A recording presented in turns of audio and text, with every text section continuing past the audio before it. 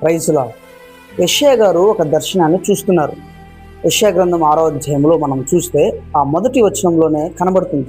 వీళ్ళారా, దేవుడు అత్యున్నతమైన సింహాసనం మీద ఆసీనుడై ఉన్నాడంట. ఆయన చొక్కాయి అంచులు దేవాలయాన్ని నిండుకొని ఉన్నాయంట. ప్రియమైన దేవుని బిడ్డారా, ఆయనకు పైగా సరాపులు నిలిచి పరిశుద్ధుడు పరిశుద్ధుడు పరిశుద్ధుడు అని గాన ప్రతిగానాలు చేస్తున్నారంట. ప్రియమైన దేవుని బిడ్డారా, ఈ యొక్క మాటను లేకపోతే ఈ యొక్క వాక్యాన్ని చదివినప్పుడు దేవుడు తన పరిశుద్ధాలయంలో ఉన్నాడనే మాట మనకు స్పష్టంగా అర్థమవుతుంది. దేవుడు మందిరానికి ఎంతో ప్రాముఖ్యతనిచ్చాడు. దేవుడు మందిరములో నిలబడి ఉన్నాడు అనే మాట స్పష్టంగా మనకు అర్థమవుతుంది. హల్లెలూయా.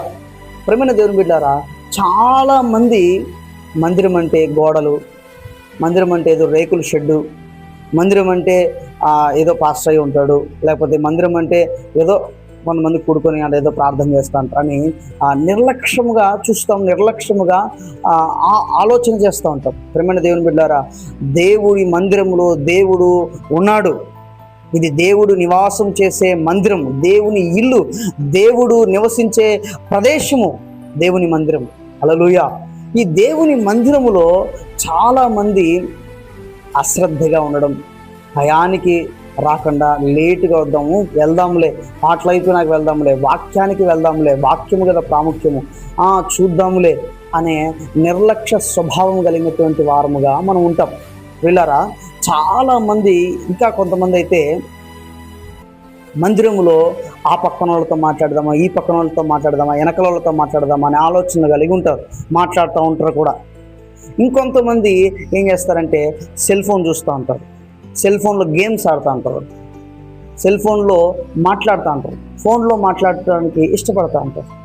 ఇంకొంతమంది అయితే పాపపు ఆలోచనలు కలిగినటువంటి వారై, పాపపు తలంపులు కలిగినటువంటి వారై వారిని, చుట్టుపక్కల వారిని, ఎవరెవరు వచ్చారా, ఎవరెవరు వెళ్తున్నారా, ఎవరెవరు ఎలా ఉన్నారు, ఏ విధంగా ఉన్నారు, ఎలా మాట్లాడుతున్నారు, ఇవన్నీ గమనిస్తూ ఉంటారు. దేవుని వాక్యం మీద వారి మనసు ఉండదు. ఒరే నాయన, దేవుని మందిరములో కూర్చున్న మనము, దేవుడు సింహాసనాసనుడై ఉన్నాడు, ఆయన మనల్ని చూస్తున్నాడు, శిక్ష విధిస్తాడనే కనీస జ్ఞానము, వివేచన కూడా ఉండదండి పిల్లారా చాలా మందికి. ప్రేమైన దేవుని బిడ్డారా, దేవుని మందిరంలో ఉంటాడు, జాగ్రత్త. ఒకసారి మనం ఈ దర్శనంని మరొకసారి గమనిస్తే దేవుడు అత్యున్నతమైన సింహాసనం మీద కూర్చున్నాడంట. గమనించారా? ఆ మాటను మీరు గ్రహించారా? శరాపులు నిలచి ఉండిరి అనే మాట స్పష్టంగా మనకు కనబడుతుంది. ప్రేమైన దేవుని బిడ్డలారా, ఎవరన్నా మన దగ్గరికి, మన ఇంటికి అధికారి వచ్చినప్పుడు, లేకపోతే ఎవరన్నా పెద్దవారు వచ్చినప్పుడు మనం లేచి నిలబడతాం. ఇక్కడ దేవుడు సింహాసనాసనుడై ఉన్నాడు. శరాపులు అనగా మహాదూతలు, వీరు దూతలు కాదండి, మహాదూతలు, దేవుని సన్నిధానములో నిత్యము ఉండేవారు, దేవుని సముఖములో మహాదూతలు దేవుడు సింహాసనాసనుడై ఉన్నప్పుడు లేచి నిలబడి ఉన్నారంట. ఆయన మహిమను, ఆయన తేజస్సును వీరు తట్టుకోలేక, భరించలేక రెంటితో కాళ్ళను కప్పుకున్నాయంట, రెంటితో తలను కప్పుకుంటున్నా, ముఖాన్ని కప్పుకుంటున్నాయంట, రెంటితో ఎగురుతూ పరిశుద్ధుడు పరిశుద్ధుడని గాన ప్రతిగానాలు చేస్తున్నాయంట. ప్రేమను దేవుని బిడ్డారా, అంత ప్రభావము కలిగినటువంటి దేవుని సముఖములో నిలబడినటువంటి నీవు, అంత ప్రభావము, అంత తేజస్సుతో నిండి ఉన్నటువంటి మందిరములో నిలబడి ఉన్నటువంటి నీవు, మనము ఎలా ఉన్నాం? మన జీవితం ఎలా ఉంది? మన బ్రతుకులు ఎలా ఉన్నాయి? మనం ఏ పాటి వారమండి? మట్టితో చేయబడినటువంటి వారు, అంతలో కనబడి అంతలో మాయమైపోయే నీడ వంటి వారము, నీటి బుడగ లాంటి వారము. మనము దేవుని మందిరములో దేవునికి భయపడే విధంగా మనం ఉండాలి. దేవుని మందిరములో అడుగు పెట్టేటప్పుడు బహు జాగ్రత్త కలిగినటువంటి వాడుగా మనం ఉండాలి. అందుకే ప్రసంగి అంటాడు, నీవు మందిరంలోనికి వెళ్ళినప్పుడు నీ ప్రవర్తనను జాగ్రత్తగా సరిచూసుకొనుము అనే మాటలు మాట్లాడతాడు. ప్రియమైన దేవుని బిడ్డారా, దేవుడు తన మందిరములో నిలబడి ఉన్నాడు, దేవుడు తన మందిరములో సింహాసనాసనుడై ఉన్నాడు అనే మాటను ఈ యొక్క దర్శనములో మనకు స్పష్టముగా కనబడుతుంది. మరి మనం ఎలా ఉన్నాము? శరాపులు ప్రభుని స్తుతిస్తూ ఉన్నాయంట, పరిశుద్ధుడు పరిశుద్ధుడు పరిశుద్ధుడు అని. ఈ మాటలు చదివినప్పుడు మనకు ఒక మాట గుర్తొస్తుంది, ఆయన నిరంతరము స్తోత్రార్హుడై ఉన్నాడు అని. దేవుని మందిరంలో నిలబడిన ప్రతి ఒక్కరూ ప్రభుని స్తుతించాలి అనే మాట ఇక్కడ మనకు తెలపబడుతుంది, ఇక్కడ మనకు కనబడుతుంది, తెలియజేయబడుతుంది. దేవుడు తన మందిరములో ఉన్నాడనే గ్రహింపు కలిగినటువంటి మనము ఆయన మహిమకు, ఆయన సర్వ అధికారానికి భయపడుతూనే, విధేయత చూపుతూనే ప్రభుని స్తుతించే వారముగా ఉండాలి, ప్రభునామని ఘనపరిచే వారముగా ఉండాలి. ప్రేమైన దేవుని బిడ్డారా, ఇక్కడ శరాపులు ప్రభునామని స్తుతిస్తున్నాయంట, ప్రభునామని ఘనపరుస్తున్నాయంట. ఆయన గుణలక్షణాలు ఏంటో, ఆయన యొక్క మహిమను వివరిస్తూ ప్రభునామని స్తుతిస్తున్నాయి. మరి మనం స్తుతిస్తున్నామా? మనం స్తుతించే వారముగా ఉండాలని దేవుడు ఈరోజు నీతో మాట్లాడుతున్నాడు. మందిరంలో నిలబడిన ప్రతి ఒక్కరూ నోరు తెరిచి ప్రభుని స్తుతించాలండి, ప్రభునామాన్ని ఘనపరచాలి. ఆయన చేసిన మేలులను బట్టి, ఆయన చేసిన ఉపకారాలను బట్టి, ఆయన మన పట్ల చూపించిన ప్రేమను బట్టి, ఆయన ఏమై ఉన్నాడు, ఆయన గుణలక్షణములు, ఆయన చేసిన కార్యాలను బట్టి మనము స్తుతించే వారముగా ఉండాలి. చాలామంది స్తుతించరు. కొంతమంది సిగ్గుపడతా అంటారు, కొంతమంది భయపడతా అంటారు, కొంతమంది వాళ్ళు స్థుతిస్తారులే, పక్కన వాళ్ళు స్థుతిస్తారులే, కొంతమంది ఏమవుతుందో ఏమో అనే ఆ దిగులుతో నిలబడిపోయి ఉంటారు. ప్రియమైన దేవుని బిడ్డారా, స్తుతి నీ జీవితంలో ఉండాలి. దేవుని స్తుతిస్తే దేవుని కార్యాలు చూడగలుగుతాం. దేవుని స్తుతిస్తే ఆయన అద్భుతమైన కార్యాలు, ఆశ్చర్యమైన కార్యాలు, ఘనమైన కార్యాలు, ఉన్నతమైన కార్యాలు మనం చూడగలుగుతాం, మనం పొందుకోగలుగుతాం. శరాపులు స్తుతిస్తూ ఉన్నారంట. ఆ మాట ఒకసారి చదివితే, వారు స్తుతిస్తూ గాన ప్రతిగానాలు చేస్తుంటే గడప కమ్మముల పునాదులు కదిలాయంట. హల్లెలూయా. మన జీవితంలో కూడా స్తుతి ఉంటే దేవుని ఘనమైన కార్యాలు మనము చూడగలుగుతాం. వీళ్ళారా, పౌలు శీలలు చెరసాల్లో వేయబడ్డారు. వారికి తగిలిన గాయాలు చూడడం లేదు, వారికి ఉన్నటువంటి ఆ బాధను చూడడం లేదు, వారు కురిగిపోలేదు, అలాగే నిలబడిపోలేరు, ఆలోచన చేయలేదు. వారు ప్రభుని స్తుతిస్తున్నారంట, ప్రభునామని ఘనపరుస్తున్నారంట, సంతోషంతో ప్రభునామని ఆరాధిస్తున్నారంట. అప్పుడు ఆ చెరసాల పునాదులు కదిలించబడ్డాయి. వారికి వేయబడ్డ ఆ సంఖ్యలు తెగిపోయాయంట. హల్లెలూయా. ఎప్పుడైతే నువ్వు స్తుతిస్తావో, ఎప్పుడైతే దేవుని మందిరంలో నువ్వు స్తుతిస్తావో, ఘనపరుస్తావో, ఆయన నామాన్ని ఆరాధిస్తావో, పాపమనే సంఖ్యల చేత, పాపానికి బానిసై, త్రాగుడుకు బానిసై, లేకపోతే నీకు ఏ విధమైన దేనికి నువ్వు బానిసై ఉన్నావో ఆ బానిస సంఖ్యలు యేసు నామములో తెంచబడతాయి. ప్రతి సమస్య, ఇబ్బంది, ఇక్కట్టు, ఇరుకులు ఇవన్నీ నీ యొక్క స్థితిగతులన్నీ మార్చబడతాయి. స్తుతి దేవుని కార్యాలు చేస్తుంది. హల్లెలూయా. మరి స్తుతిస్తున్నావా? స్తుతి జీవితం కలిగినటువంటి వారముగా నువ్వు ఉంటున్నావా? దేవుని మందిరములో నిలబడినటువంటి నీవు స్తుతిస్తున్నావా?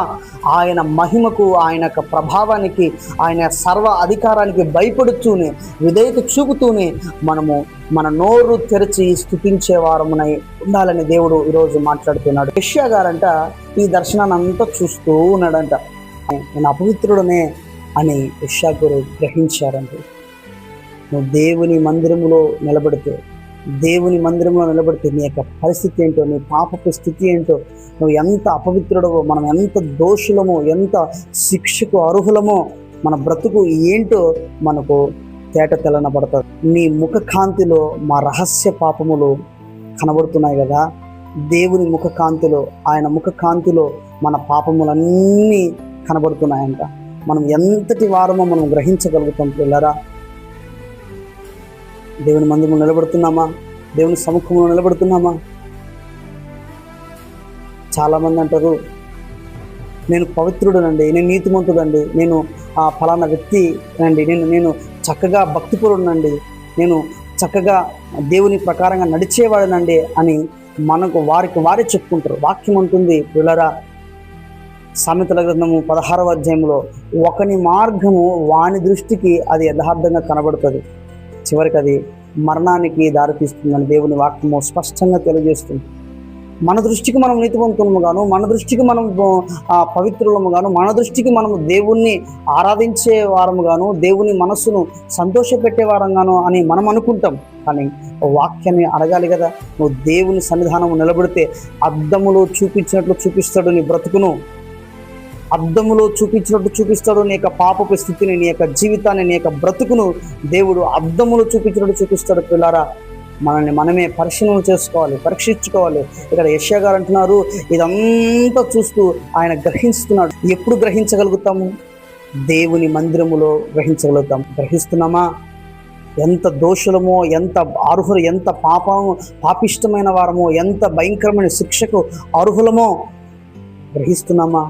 దేవుని మందిరములోనే నిలబడలేనప్పుడు, అర్హత లేనప్పుడు తరతరాలు యుగయుగాలు దేవుని రాజ్యములో, ఆయన నివాసము చేయు ప్రదేశములో ఆయన రాజ్యములో, ఆ పరిశుద్ధమైన పట్టణములో ఎలాగూ నిలబడతాం, ఎలాగూ ప్రవేశిస్తాం, ఎలాగూ మనము నివాసం చేస్తాం? పరిశుద్ధుడే, నేను పరిశుద్ధుడు కనుక మీరును పరిశుద్ధులై ఉండు అని దేవుడు స్పష్టంగా తెలియజేస్తున్నాడే. మరి పాపిష్టులము, అర్హత లేనటువంటి మనము ఎలా అర్హత పొందుకుంటున్నాం?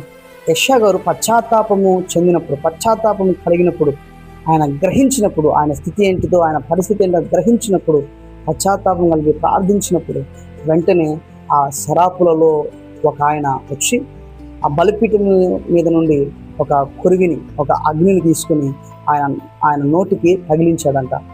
తగిలించి, ఇది తగిలింది కనుక నీ పాపము పరిహరింపబడింది, నీ దోషము తొలగించబడింది అని మాట్లాడుతున్నాడు. అగ్ని దేనికి సాదృశ్యంగా ఉందండి? అగ్ని శుద్ధీకరణకు సాదృశ్యంగా ఉంది. అగ్ని మలినాన్ని శుద్ధి చేసే దానికి సాదృశ్యంగా ఉంది. బంగారము మట్టిలో ఉంటుంది.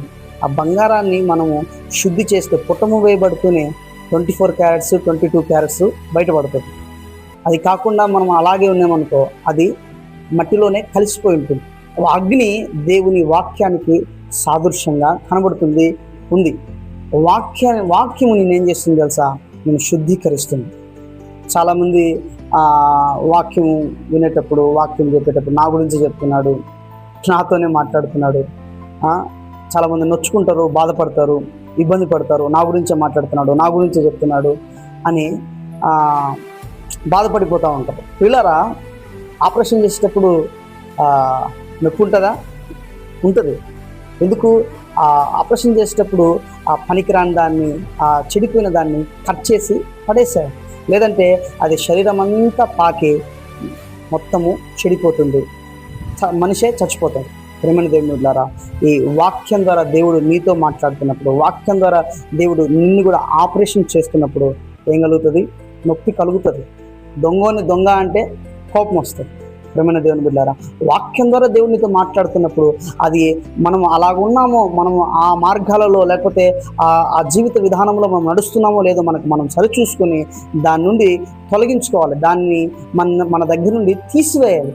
అప్పుడే మనము శుద్ధీకరించబడతాము, పరిశుద్ధముగా మార్చబడతాము. బంగారము ఆ పుటము వేయబడి బాగా కాల్చబడి శుద్ధీకరించబడిన తర్వాత వచ్చినటువంటి ఆ బంగారాన్ని మనం తీసుకొని ఎక్కడ పెట్టుకుంటామండి? ఇంటిలో పెట్టుకుంటాం. దేవుని వాక్యం చేత నువ్వు కూడా శుద్ధీకరించబడి పవిత్రంగా మార్చబడి పరిశుద్ధముగా మార్చబడితే దేవుడు నిన్ను కూడా తన పట్టణములో తన దగ్గర పెట్టుకుంటాడు. తన సియోనులో, ఆయన ఉండు స్థలములో నన్ను ఉంచుకుంటాడు. లేకపోతే నువ్వు అలాగే మలినాలతో పాపపు స్థితిలో భయంకరమైనటువంటి జీవితం జీవిస్తూ నువ్వు అలాగే ఉంటే తీసి పడేస్తాడు, నిత్య నరకంలో పడేస్తాడు, నిత్యమైన భయంకరమైనటువంటి ఆ శిక్షకు లోను చేస్తాడు. ఈ యొక్క వాక్య భాగంలో మనం యెషయా గ్రంథం 6వ అధ్యాయం 1-7 వచనాలలో మనం 4 విషయాలు తెలుసుకున్నాం. మొదటిది, దేవుడు తన పరిశుద్ధాలయములో ఉన్నాడు అని. రెండవది, ఆయన నిరంతరము స్తోత్రార్హుడై ఉన్నాడని. మూడవది, మన స్థితిగతులు మనకు తెలపబడుతున్నాయని, మన యొక్క పరిస్థితి మనకు తెలపబడుతుందని. నాలుగవది, శుద్ధి చేయబడుతున్నామని. ప్రియమైన దేవుని బిడ్డలారా, యెషయా గారు అలా పశ్చాత్తాపపడి ఉండగానే వెంటనే ఆయన దోషాన్ని తొలగించాడు, ఆయన పాపాన్ని తీసివేశాడు, ఆయనతో మాట్లాడాడు. మనము కూడా మన స్థితిని గ్రహించి మనము కూడా పశ్చాత్తాపం కలిగితే వాక్యం ద్వారా దేవుడు మన జీవితాలని మార్చుతాడు, బ్రతుకును మారుస్తాడు. ఆయన స్థలములో మనల్ని కూడా నిలబెట్టుకుంటాడు, మనతో కూడా మాట్లాడతాడు. ప్రియమైన దేవుని బిడ్డలారా, ఇవన్నీ ఎక్కడ జరుగుతాయి? దేవుని మందిరములో జరుగుతాయి. దేవుని మందిరములో, దేవుని సముఖములో, ఆయన సన్నిధానములో జరుగుతాయి. మరి ఈ వాక్యం వింటున్నటువంటి దేవుడు నీతో నాతో దేవుడు ఇంతవరకు మాట్లాడారు. వీటికి వ్యతిరేకముగా ఏమన్నా మనం ఉన్నామేమో, ఈ వాక్యాన్ని మనకు మనమే అన్వయించుకుందాం, వ్యతిరేకమైనది తొలగించుకుందాం. దేవుని యొక్క సన్నిధానములో మనం నిలబడే వారముగా ఉన్నాం. దేవుని సన్నిధిని దయచేసి మానవద్దండి. చిన్న చిన్న కారణాలు చెప్పి, చిన్న చిన్న విషయాలు చెప్పి ఉంటాయి, పనులు ఉంటాయి. మనకి మానవులం కదా, పనులు ఉంటాయి. కానీ దేవుని మందిరము చాలా ప్రాముఖ్యమైనది. మందిరంలో ఇవన్నీ జరుగుతాయి. ఇలారా మందిరాన్ని దయచేసి మానవద్దండి.